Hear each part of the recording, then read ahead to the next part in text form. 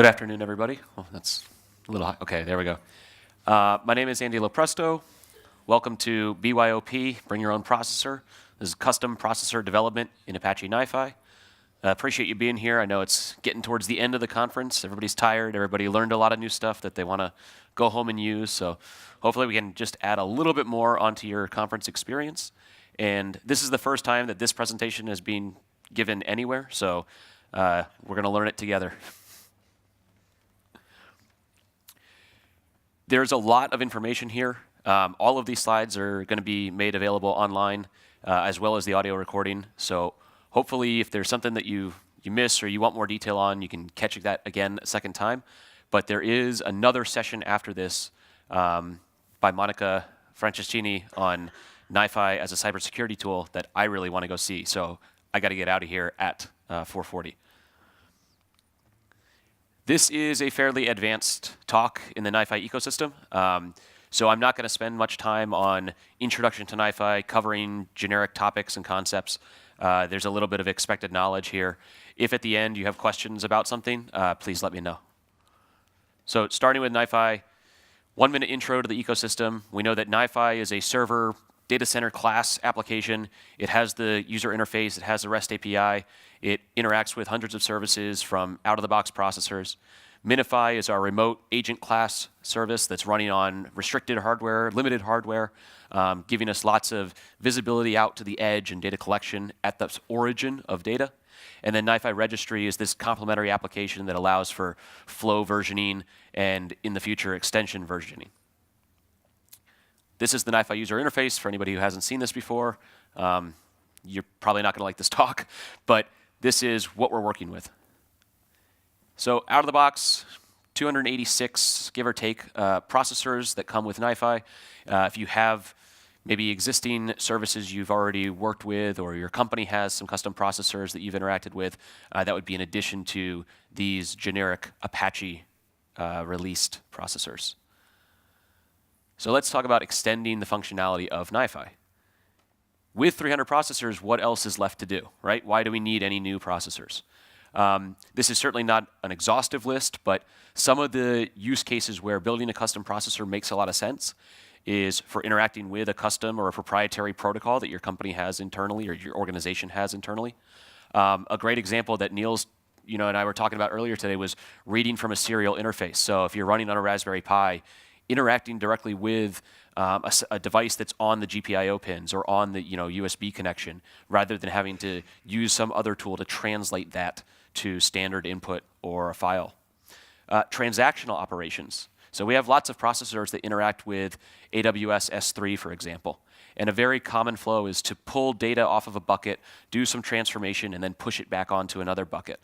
Well, that works in NiFi out of the box. You make 3 processors. You can, fetch S3 object, convert record, put S3 object. But those steps are all happening independently. And so each operation is transactional within the NiFi system, right? You have consistency, you have persistence in your content repository, you have flow file repository so that you can go back and replay those flow files if you wanted to. You have provenance repository storing all the metadata around those operations.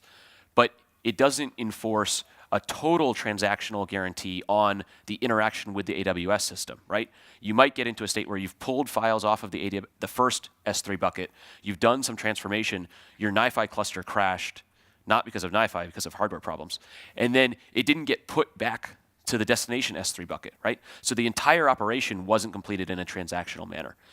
If you write a custom processor that does all 3 of those steps, you could enforce that. Experimentation, right? Just playing around with new features, new opportunities. Custom processor is a great way to do that. A commercial API or SDK that we don't, maybe can't distribute with NiFi because it's not licensed for Apache distribution. Or then working with legacy code, right? A lot of times this is more of a customer request rather than a user request in the open source community, but working inside of for example, financial institutions, where there's software that was written 20, 30 years ago, which is verified and we know that it does the job it needs to do, but we have no visibility into the code. The person who wrote it left or was promoted or was demoted many years ago and no longer can manage this. So we have a team of 7 people whose job is just to make sure this Perl script keeps working, right? As far as custom development goes, there are a number of different ways that we can achieve a lot of these goals. The simplest one, so along the bottom here I have effort or complexity. The simplest one is execute process, execute stream command. Those processors allow you to run basically any command that you would run at a terminal shell and read from standard input, write to standard output, and have the flow file contents for execute process captured for execute stream command, both fed into the command and read from the output. Getting a little bit more complex, but giving you a little bit more capability, which is the size of these circles here, would be ExecuteScript or InvokeScripted processor with a special note on ExecuteGroovyScript that it's Groovy specific, but it gives you a little bit more flexibility, and we'll get into that later. ExecuteScript, InvokeScripted processor allow you to choose from one of 6 scripting languages: Groovy, Ruby, Python, really Jython, Lua, Clojure, and JavaScript to write custom logic and run that inside of an immediate wrapper inside NiFi. You don't need to restart your NiFi instance. You don't need to deploy code to it. All you're doing is reading from a local file on the file system or copy and pasting scripting code directly into the processor properties and having that run. And we'll get into the details of that. And then finally, a custom processor. The most complexity to build, the most performance, the most capabilities. So some quick overviews of each of the processor types I just discussed. ExecuteStreamCommand, like I said, pipes the flow file content in to standard in and populates the outgoing flow file content from standard out. You can also direct that output to an attribute if you wanted to keep the flow file content that was there previously. In this case, I'm just piping content to the rev command on the Unix shell, and so it's reversing the flow file content. Execute process is similar, but there's no incoming flow file. So you can use execute process to start a flow. It doesn't require a flow file coming in to trigger it. In fact, it doesn't accept a flow file coming in to trigger it. This is an ExecuteScript processor. As I mentioned, 6 scripting languages available, anything that implements the JSR 223 spec. There is a call out for Python that it's actually Jython, which in general is fine, but you cannot use compiled C libraries in that code. So that can be a challenge for people. The way around this is to either use ExecuteStreamCommand to invoke Python on the shell and run your script that way, or with a future upgrade of this processor that doesn't require the JSR 223, there would be something like an execute Python script processor that does Python specifically and then handles compiled C libraries. You can put, as you see here, the code directly into a property descriptor on this processor, or you can reference it on a file on the file system. There are pros and cons to both of those. If you're referencing something on the file system, you can have that file checked into version control. You can have multiple people collaborating on it, just as you would with any other normal software development environment. The downside is that the content of that script is not captured in NiFi flow versioning. So if you copy and paste the script in here, that means that when you version this flow in a NiFi registry instance and somebody else brings it into their instance of NiFi, this content is kept. This source code comes along with it. So different capabilities of versioning given those two choices. ExecuteGroovyScript is a processor that was contributed by somebody in the community, so not a core committer. It's certainly supported, but it allows for some Groovy-specific benefits because it makes the trade-off of not supporting any other scripting language. So, for example, this code right here is functional equivalent to, no, actually, this is the JSON one. This is reversing the text, and you can see on that fourth line there that is using, Groovy method chaining. The fifth line is writing directly to an attribute by using Groovy syntax of just referencing a property on an object, and then being able to transfer directly to the success relationship. This also allows for controller service access, which regular ExecuteScript does not. ExecuteScript wraps this and basically puts it into an on-trigger method of a generic processor. So within that method, you have success and failure relationships, you have a log, you have a session context and process session available to you, but you don't have the controller services. So if you want to do things with SQL, for example, and you have a JDBC or a DBCP connection service, using the ExecuteGroovyScript processor will let you access that directly. There's a number of additional details on the documentation page for this processor. It's fairly new. It's pretty useful. And then InvokeScripted processor is a little bit more in-depth. It's essentially taking the script that you would have put just in your onTrigger method, doing that more explicitly. So you are constructing a processor in whatever scripting language you are using. So in this case, I'm using Groovy. I'm building a Groovy processor class, and I can override the initialize method, the relationships and property descriptors getters, and I can put code directly into onTrigger.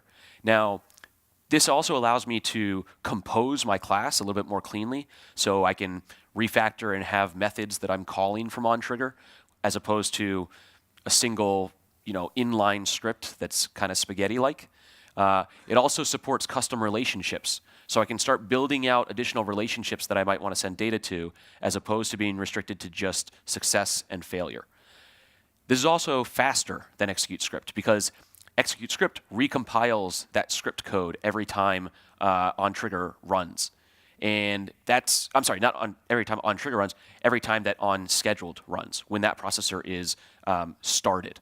So that can be a fairly heavy overhead cost, whereas InvokeScripted processor does that once and then has that code ready to go every time.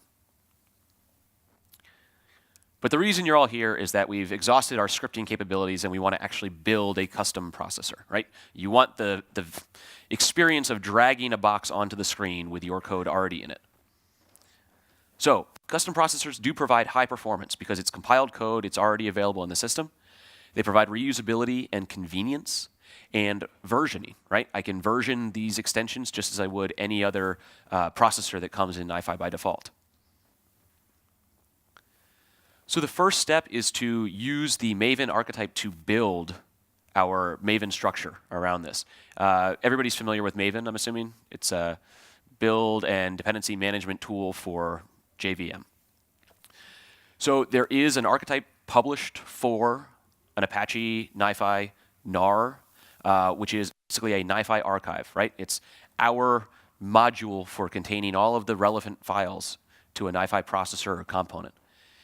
When you run this command, you'll be prompted for group ID, artifact ID, version.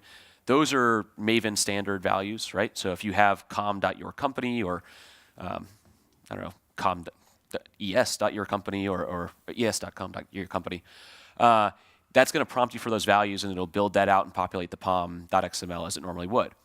You then have a Maven project structure. So you can see here, it's just echoing all those values back to me, saying build was successful. Echoing here, build successful.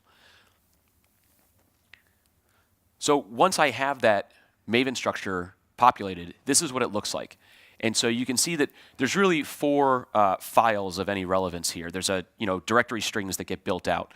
But outside of that hierarchy, 4 files that I care about. One is the myprocessor.java. One is this org Apache NiFi processor.processor. That is a manifest file which lists all of the implementing classes that can match this myprocessor. So in this case, I only have the one implementation, and that's the single line that's in that. But there are other, if you look at like NiFi standard bundle, for example, you'll see NiFi standard processors, which is something like 63, and that's route text, route on attribute, route on content, things like that. Those are all listed in that manifest file so that the NiFi framework knows which processors are present when it loads that nar. Finally, a unit test is provided by default. Unfortunately, it's empty. You have to still implement the unit test. We don't do magic for you. And then the POM XML, which describes the structure of the module. So this is the first of 2 slides on metadata around the processor. So we've opened myprocessor.java, and this is after the license and import statements. This is the first thing we're going to see. Each of these annotations has, obviously a purpose. Not all of them are populated every time. We encourage you to populate as many as you can and as makes sense. So tags, when you do that add processor dialog and you have a tag cloud down on the bottom left, tags are what will populate there so that you can filter very quickly to find your processor or relevant processors. The capability description is what's shown underneath that. It's a description of your processor. So this is usually 1 or 2 lines. It's not super detailed, but it explains the purpose of your processor.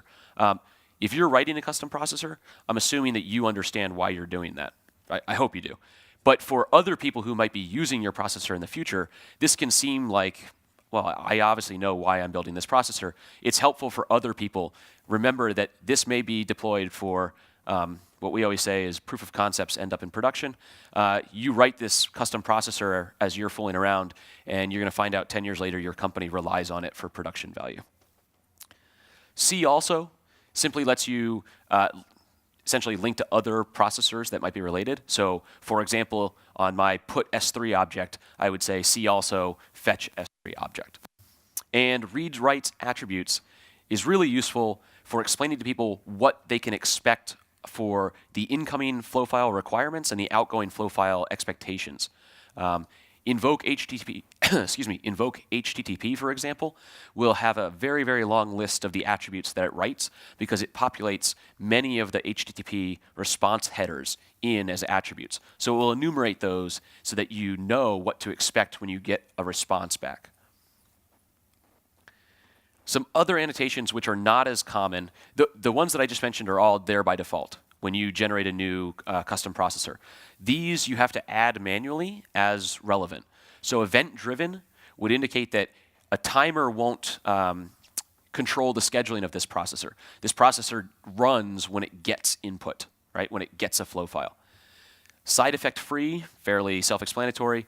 Supports batching, means that the operation that it's going to perform, it could handle reading 1 flow file or reading 100 flow files at once. And it operates on them independently, but it can operate on multiple ones in a single execution cycle. So there are some processors where this is not supported, and every time it reads from the queue, it only reads 1 flow file and operates on that completely isolated. Most processors are built in a way that they can take a group of flow files, operate on each of them independently, and persist them out to the resulting queues and connections, but without having any, they don't have to do 100 execution cycles to do that. Input requirement means, for example, it can't be the first processor in a flow. So if it was reverse incoming text, for example, you can't start a flow with that. You need some flow file which has content to be coming into that processor. System resource consideration. It doesn't do anything technically. It doesn't tell the framework to do anything. It's just for documentation to warn users that they need to be careful with what kind of data they're feeding in here. Things like XML parsing, where it has to build the entire object model. You don't want to feed a 2 terabyte XML file into the processor without knowing in advance that it's going to try and build that and put that in memory, right? Most of the processors are designed to be streaming, so they're very memory safe. But there are some where simply by virtue of what the processor is doing, it has to load some large data structure. And so we want to make sure that we warn users before they start piping giant amounts of data into that. Experimental, that's up to you, whether you want to put that on there. Most of the processors that have that because they're not officially supported in production by open source Apache NiFi. So, for example, when Matt Burgess writes a new processor that does execute Python script, the first few releases, that'll probably be marked as experimental until we can gather enough data from real production use cases to see, okay, we're not encountering as many errors as we thought, the performance is better than we expected, things like that. At restricted does have special technical meaning though. At restricted will give you a little shield icon on that processor. If you're in any kind of authorized environment, so NiFi with TLS enabled, users need a special permission to be able to modify or create restricted processors. And the reason for this is we have very fine-grained access control on all the processors, process groups, things like that. And that's really great. Restricted processors have an additional capability to potentially do damage to your system. Things like get file, put file, execute script. If we're allowing you to run arbitrary code on your system, we want to make sure that whoever's setting up the authorization is explicitly aware that you can do that, right? I don't want to get a complaint that, oh, a user ran get file on Etsy password and I had no idea that they could do that, right? So there's certain processors, I believe it's 19 or 20 at this point out of almost 300 that have that annotation. So it's not a high number. We expect that if you're using NiFi, you're generally trusted to do some kind of data transformation, but things that can impact the system that NiFi is actually running on in a direct manner usually get that kind of annotation. So now we implement the code, right? This is the easy part. This is where you're all excellent software engineers. I don't have to explain this very much. We write code. We put it into the onTrigger method. And this is the method that gets called every time NiFi executes that processor. We've set up our property descriptors and our relationships. So for anybody not familiar, a relationship is the connection that comes out of NiFi, right? Usually success or failure, but there can be multiple. For example, route on attribute can have an arbitrary number of output relationships as you're matching to different patterns. The property descriptors are when you right-click on a processor and say configure, those key value pairs are property descriptors. So it's a wrapper around some kind of property, whether it's a string, a number, a Boolean, a controller service reference, includes description, includes validation, and a list of allowable values if necessary. It also includes the option to mark a value as sensitive. So if you mark a value as sensitive, when the first value is put in, it will be immediately encrypted, persisted in the flow XML-GZ in an encrypted format. It will only be decrypted in memory to be used. It'll never be returned via the API in plain text at all, even if you're the user that set it. It's also not exported as part of a template or saved in flow versioning in the version control system. So what that means is when you deploy a versioned flow to a new NiFi instance, or even the same instance again, you'll have to manually populate sensitive properties. Now, it's smart enough that you only have to do that one time. So when you upgrade versions later, it won't overwrite that with an empty value because it knows it was a sensitive property that you set. When you write a custom processor, things like database passwords, credentials for Amazon services, etc., you're going to want to mark those as sensitive values. So in this case, I did add a custom stream callback class at the bottom, those last 6 lines of code. All that's doing is implementing a standard interface in NiFi, accepting an input stream and an output stream, and then performing the read-write logic. In this case, simply reversing the line of text that's there. I referenced that stream callback from the onTrigger method. Again, this was very quickly done for a presentation. This is certainly not refactored or highly performant.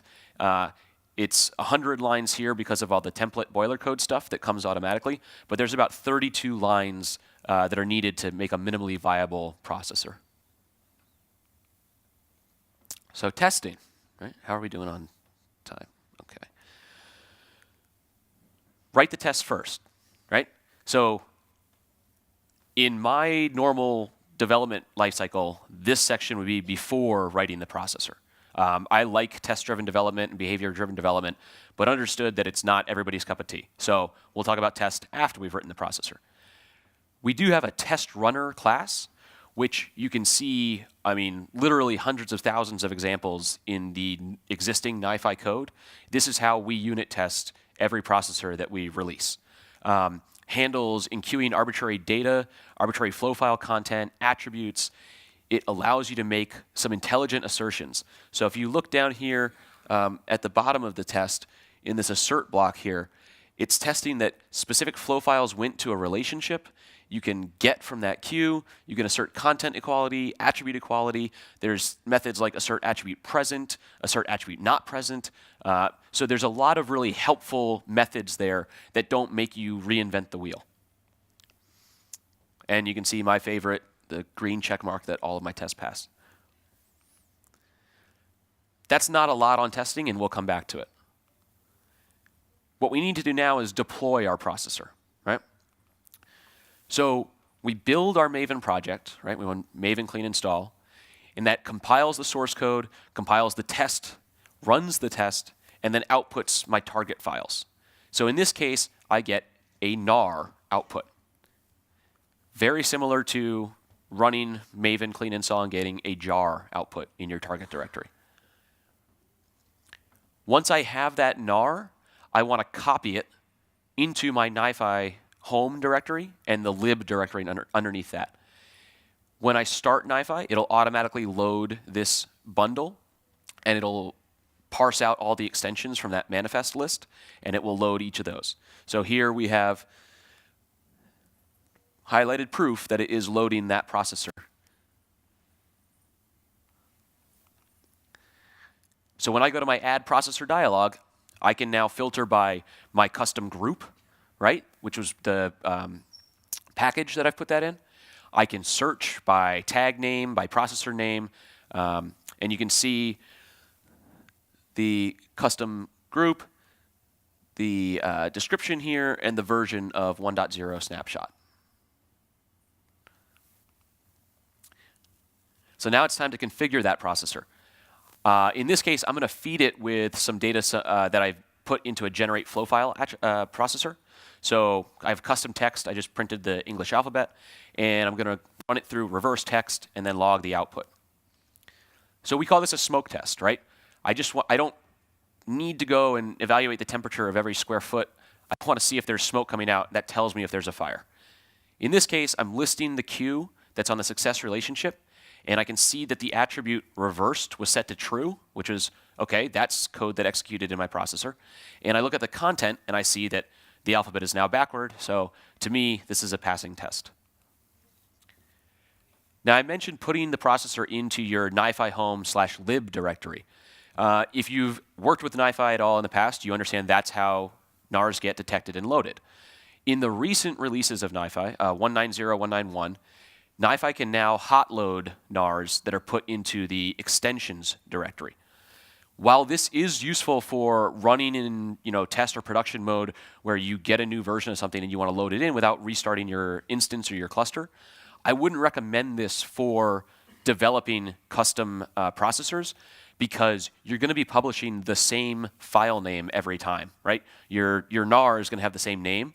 So this system uses file pattern matching on the name to detect new NARs to pick up. Now, you could have a build script in your Maven goals that appends the timestamp or something so that it will pick it up, but you'll end up with how good you are and how many versions of that processor you have to compile, 2 to 200 versions of the same processor in your add components dialog, and that may or may not be comfortable for you. So let's get back to testing in code. There are a few approaches to doing testing, and this is not a evangelism session on testing. I think that's obviously a good idea, but that's up to you individually. But there is unit testing, integration testing, and then testing within NiFi. So unit testing, the benefits are very clear. We support regression testing. It allows us to extract behavior from the processor class that we built initially into maybe an external service for reusability, for componentization, for just good design patterns.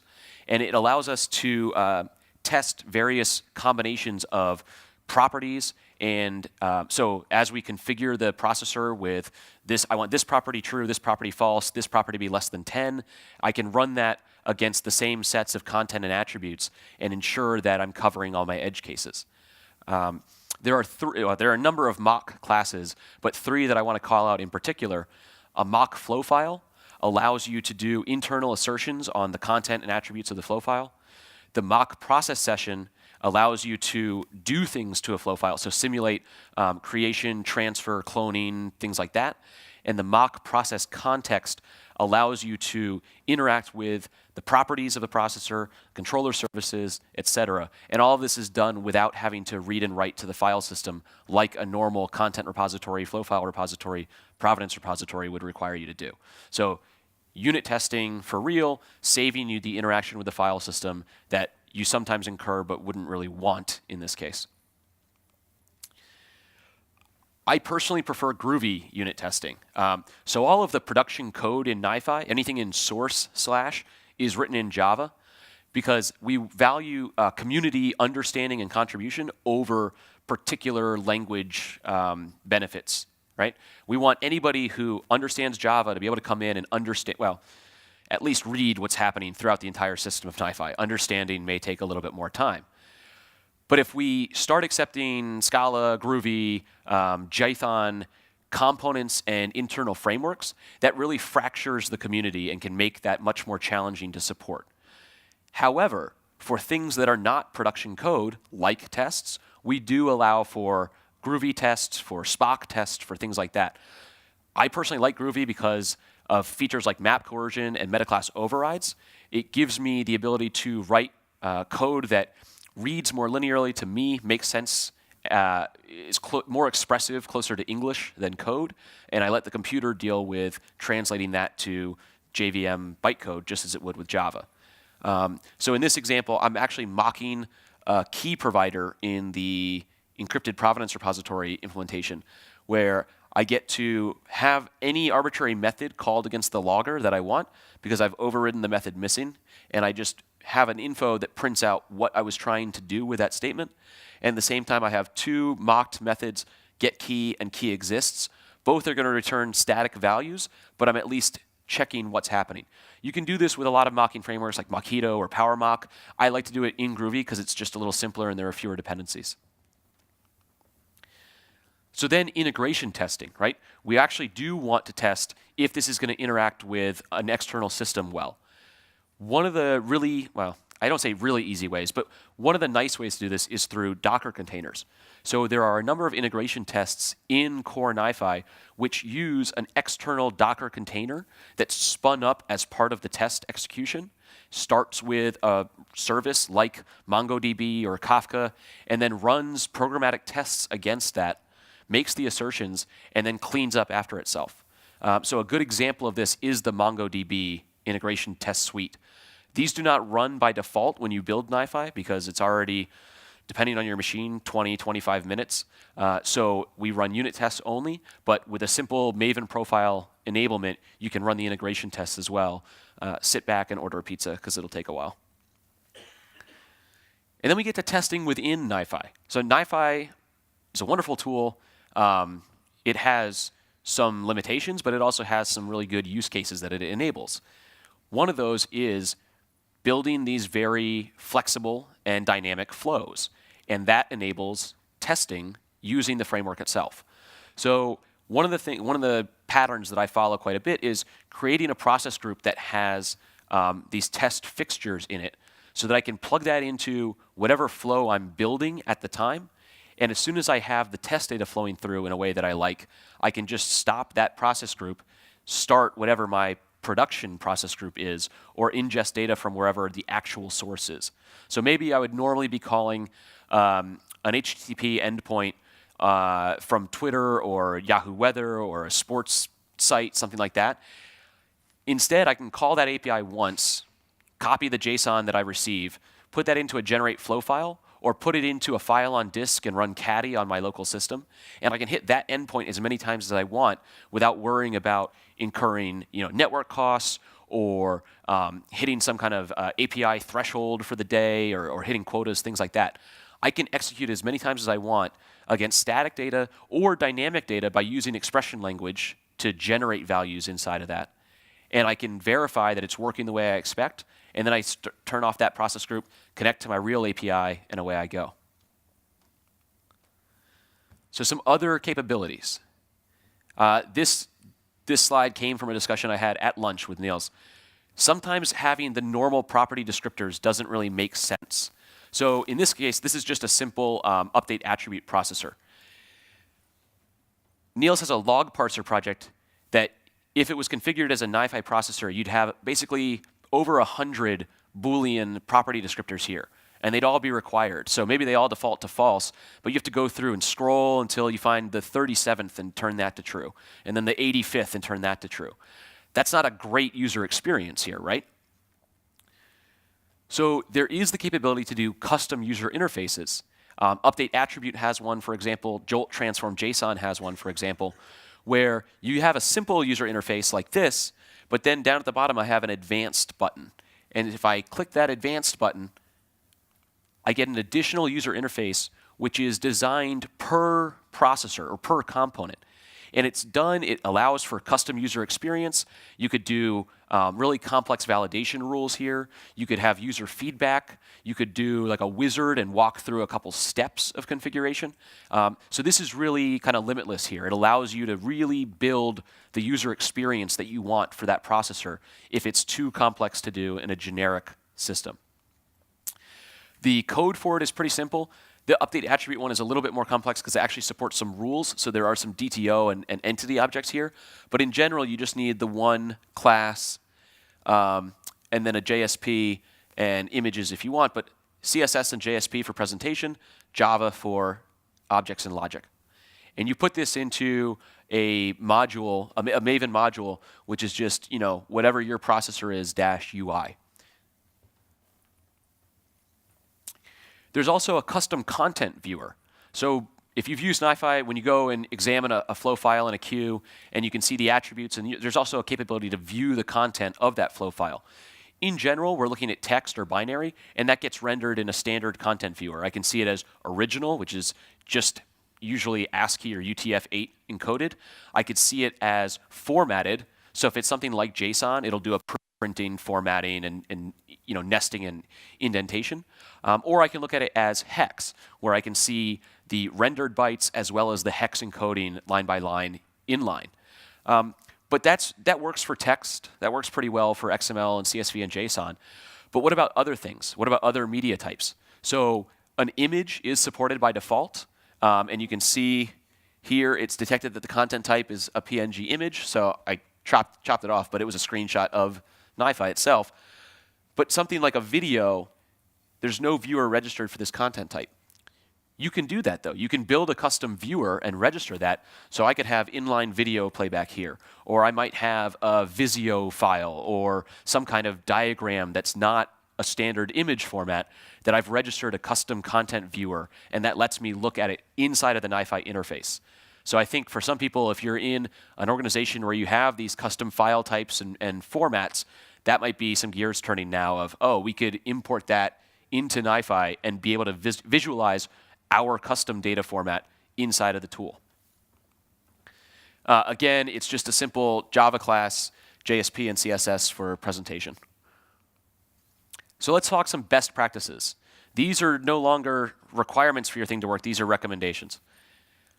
Using ExecuteScript and InvokeScripted processor, ExecuteScript is easier for rapid development because you just change one line of script, copy paste, you're good. You can even edit it in the processor property if you want. But InvokeScripted processor is definitely more performant. If you're doing this in any kind of production flow where you have a custom script, it should always be in ISP, not in ExecuteScript. It also allows for custom relationships, so it's a little bit more flexible. Module organization. Usually it's fine to co-locate your processor and a simple controller service implementation. But if you're making controller services that have an interface and you expect there to be multiple implementations, or you expect somebody else to extend that, it's really nice to put those in separate modules so that they don't need to depend on all of your code in order to implement that. Module configuration, check the Archetype version, check your NiFi API version when you're building. Do your initialization of relationships and property descriptors in your init method, not in your onTrigger, where it would have to build every time that the processor runs. On the other hand, don't connect to external services in onScheduled or init. Do that inside of onTrigger, because otherwise you might retain a connection that's not used for a long time, and it times out, and now when onTrigger runs, you're left, you thought you had a connection, but you don't. You can handle dynamic properties. You can do custom validation. There are a number of validators in the standard validators class that give you a really good example for how to build those. Good documentation. Handle flow file content in a streaming manner. Generate your proper provenance events and define appropriate relationships. Like, these are all just good things to do. Make your processor easy to use. I'm really going tight on time, so I'm going to fly through here. Always put your processor in the manifest list. This is the #1 stupid bug or stupid mistake I make when I'm building a custom processor, and then I deploy it and it doesn't show up. I go back and look at the manifest list, and I forgot to put that one line in there. So this one is one that I think people will go back and look at online. I'm not going to go through all of it. Basically, performance trade-offs, complexity trade-offs, usability trade-offs. That's what this slide is. Everybody got a picture before I go on?